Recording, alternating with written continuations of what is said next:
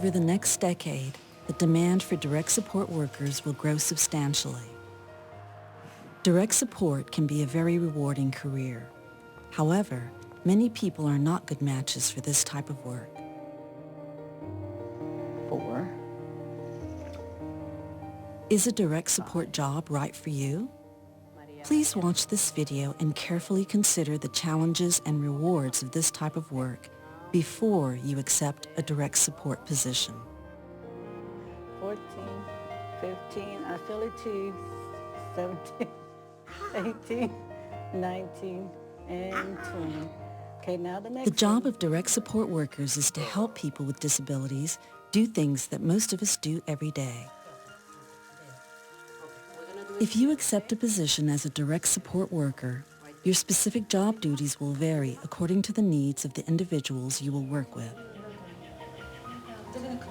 I'm 93 and a half years old. I grew up in Moberly, Missouri.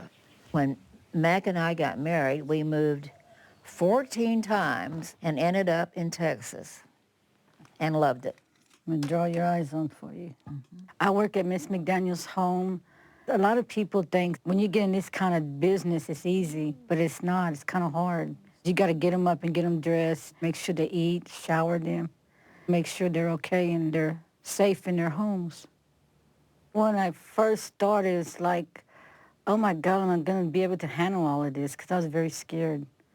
But then, after a couple of weeks, I got the hang of it and got used to it. And I started liking what I was doing. Usually I would arrive in the morning, close to 7:30. I would shower him, wash his hair, shave him, get him dressed, just go on with the day. I'd mop, clean, do the laundry, go out to the grocery store. Brandon and I both have an interest in cooking and in health foods. Yeah, we get along real well. Yeah, that sounds like a good idea.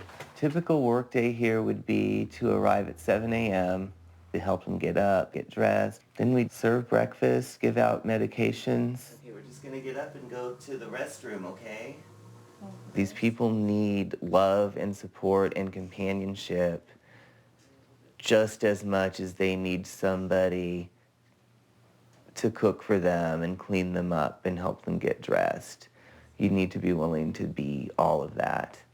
I was born here in San Antonio, September the 10th, 1942. I was very fortunate to be able to get Cynthia because she is a dedicated individual and she knows what she's doing. When I go to Mr. Clark's home, I think about how I would want my home to be. It's not like, I see this needs to be done. I'm going to ignore that or wait and say, okay, it'll get done, because he has nobody else to get it done.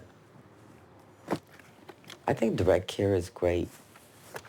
I like that I'm with this person and that I'm keeping them in the home in a setting that they're comfortable. And I love that. I work for a place where we take care of people with Alzheimer's, a little bit of dementia. Some of them we have to take them to the bathroom. We gave them medicines and we shower them, brush teeth, everything. I feel like since I love them, I'm making a difference in their lives. Sharon assists me in the bathroom, changing my clothes, preparing me for school. She takes notes for me and just helps me there. Whatever physical need I have at the moment, she is there for me. I don't feel like she's a worker or employee. She's a friend, confidant, an older sister, and we just get along great. Monday morning pills. I usually arrive at Mrs. Miller's around 8 a.m. in the morning. I've been in many different careers in my life. 1995, I became a direct care worker. I find this to be one of the most rewarding jobs because I'm doing what I enjoy. There's some jobs you say, well, I just got to go. But no, this one, I never think twice about going to work. I think twice if I have to take off of work.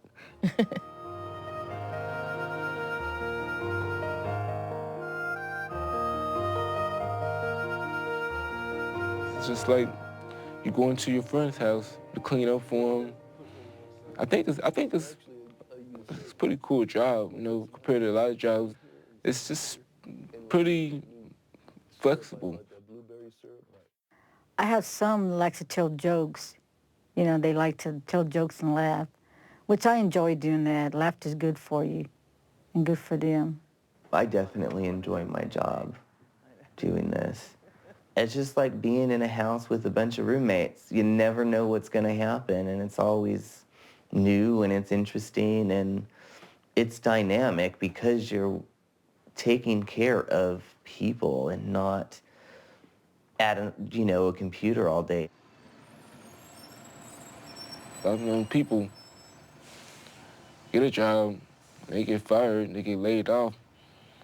And for me, that I don't have to worry about that kind of stuff. I know I have a good relationship with my client.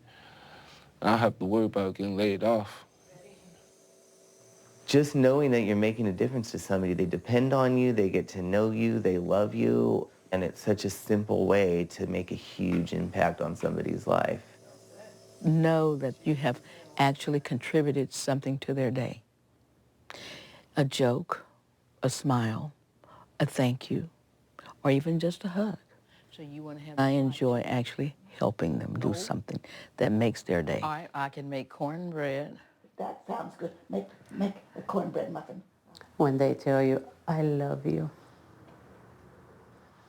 I wanted to think that their mind is here in that moment.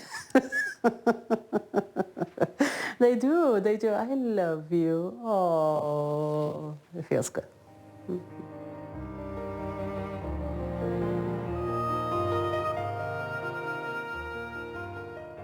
All right, Mr. Clark, let's get you shaved up and beautified. The hardest part is getting to know the likes and dislikes of the particular client.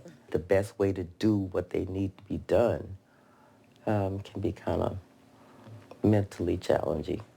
Okay. 1, 2, 2, 3, Maria. Let's go, Maria. What was the hardest part of the job for you during your first few weeks? The first few weeks, lifting them because I didn't know how. But I'm getting better. No more pain on my back or nothing like that. You do have to help lift residents, but if you're trained properly to do it, it doesn't cause injury to yourself.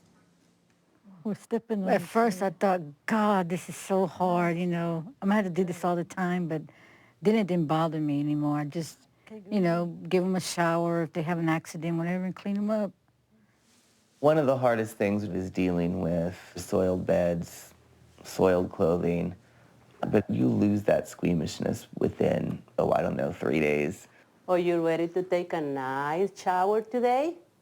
Oh, it's going to be nice and warm. Are you ready, Mama? If it is good and warm. Sometimes they wanted to say one thing and they say another. They know what they want to say. They know. But sometimes they say something completely different. So that's the challenge. It's hard to deal with people with emotional and mental disabilities sometimes. It does make you automatically question if you want to keep doing it in those moments of frustration. But that usually passes pretty quick at the end of the day. I get frustrated and kind of nervous when they get agitated and throw things, start screaming, because you're saying, oh my God, what am I going to do?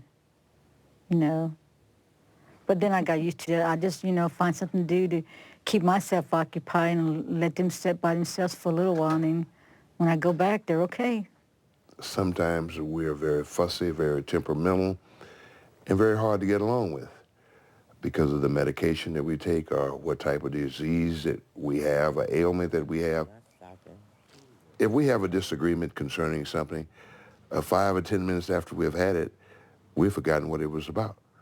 That's because she has been with me so long. Yeah. I've been hit by residents. I've had drinks thrown on me by residents. I've been kicked by residents. Typically when that happens, they're in a bad state of dementia. They don't know what's going on. It doesn't happen often, but it happens. We do training with every employee. Unfortunately, there's nothing that's foolproof.